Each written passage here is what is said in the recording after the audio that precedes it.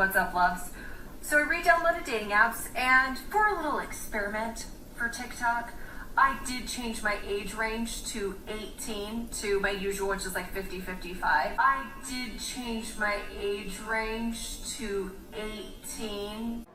God, you're sick. Pathetic. You old. Think about it. Have you ever watched a fucking Cinderella movie where it be some old bitch and a prince come out on his horse and carriage to an old bitch and say, hey, here's the glass slipper. I want to take you off. Okay, where do I begin here? Do we want to start with the tattoos, or do we want to start with the fact that she's on TikTok in her 50s? Or we could cover the fact that she's this old still on dating apps. Or we could tackle that she's talking about lowering her age range to somebody who could be her grandkid. I just don't know where to begin. I don't know if my radar is off or not, but I'm getting the nutty vibe from this woman. But most of them go crazy by this point, by the time they hit their 50s.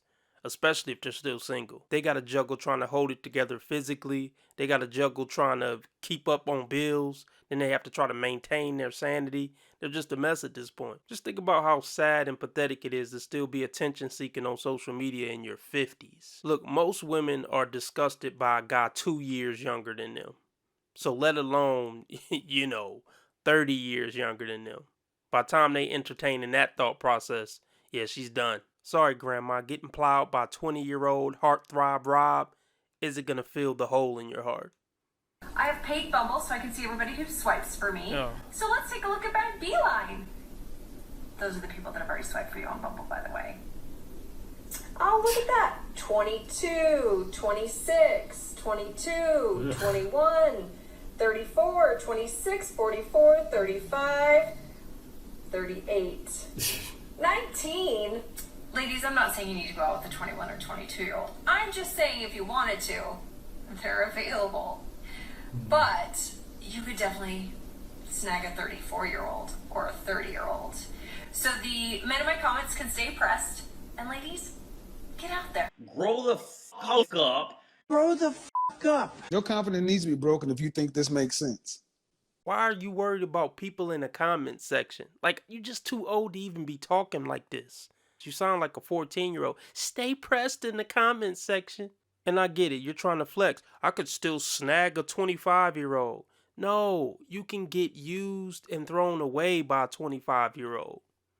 Snagging them would be getting married to him investing into your life. You don't still got it. She still thinks that just because she's still getting likes, I still got it. Bitch, no, you don't. Because if you got it, you would get what you want. It's just a testament that men will stick their you-know-what in pretty much anything if they're horny enough. A flex at 55 is baking a pie for your family, not still being Chad's trash at half a century. Most women who are dating after divorce aren't looking to around. They want long-haul love. No. If that's you, you need to date with intention. That means, what do you want? What do you need? And what are your deal breakers? Do you realize how supercalifragilisticexpialidocious stupid you look? Ma'am, you look flustered. You look stressed out. You look like you don't got it all together. You look like you're not all there. Why would a man who has anything going for himself whatsoever in his 40s or 50s sign up for this? That is the first question, believe it or not, that needs to be asked. And then you got this bossy attitude. Come on, what do you want? I don't got time for games. That is so off-putting. Nothing about you comes across soft, feminine, welcoming, nurturing. Nothing that guys want. Guys in their 50s have already been in multiple relationships. They already know the game. The jig is up. The only reason why a man will put up with a 40, 50-year-old grumpy woman is because she put in the years with him. He feel obligated. He feel like he owe her that. But I'm not signing up from scratch for that. With no history with you. Yeah, that's not gonna happen. And if a 50-year-old guy with his stuff together is gonna let his life get ruined by some broad, he's gonna let it get ruined by some young hot broad who's still screwing like a bunny rabbit. If you're out there trying to date all willy-nilly with no intention, it will be like trying to nail Jell-O to the wall. It's not going to work, and it's extremely frustrating. AKA, I've been getting pumped and dumped mercilessly since my divorce. And it's literally driving me insane. Well, she already was insane, but it's driving her to actually be admitted. You can't get help unless others know you need it. Really does not help me or my friends or any woman in general if you are really cool and you're really interested when you first start talking to them, and then give it 3, 4, 5 days, and all of a sudden you're not consistent anymore. You don't make plans. You don't really care. That's the thing about older women. They think they're everybody's mother at that point, regardless of what your relationship to her is. When they were young, they could rely on their looks to have power, but when their looks fade, they gotta rely on being a huge, bossy bitch. Having some little sassy bitch attitude. That's all you got. That's all you got left. Don't be a bitch. Don't be a bitch. Don't be a bitch. That's randomly every single day, just on a daily basis, is how trash men are and how hard it is to coexist with them in this world, and how they talk down to us, disrespect us, lie to us, ask us what do we bring to the table, tell us that we aren't essay us, kidnap us, because 99% of crimes are committed by the male species. That's stupid. Use your common sense. Just use your common sense. She's brainwashed, dumbed down, emotional, and has no clue as to what she's talking about. Why do these women think men and women are a different species? But she's so smart, though. You could tell she thinks she's so smart. With the crazy eyes and veins popping out of her neck. Look, I can assure you 80% of men are not disrespectful to women. But you know who are disrespectful to women? Top 20%ers. And it's always the women who are rejects of those top 20%, because the women who are having success with the top 20% aren't on the internet complaining about men.